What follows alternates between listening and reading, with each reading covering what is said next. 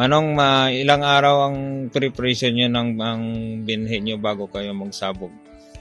Unang-una, ibabad ng 36 hours. Tapos, iahon. Ilagay sa malamig na lugar. Takipan ng dahon ng saging o after 36 hours, tingnan kung nakalabas na yung gamot tulad nito,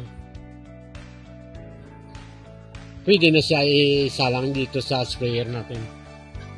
Kasi kapag mahaba daw medyo mahirapan higop yung sprayer. Kaya dapat usli lang yung gamot niya kunti. Ganyan.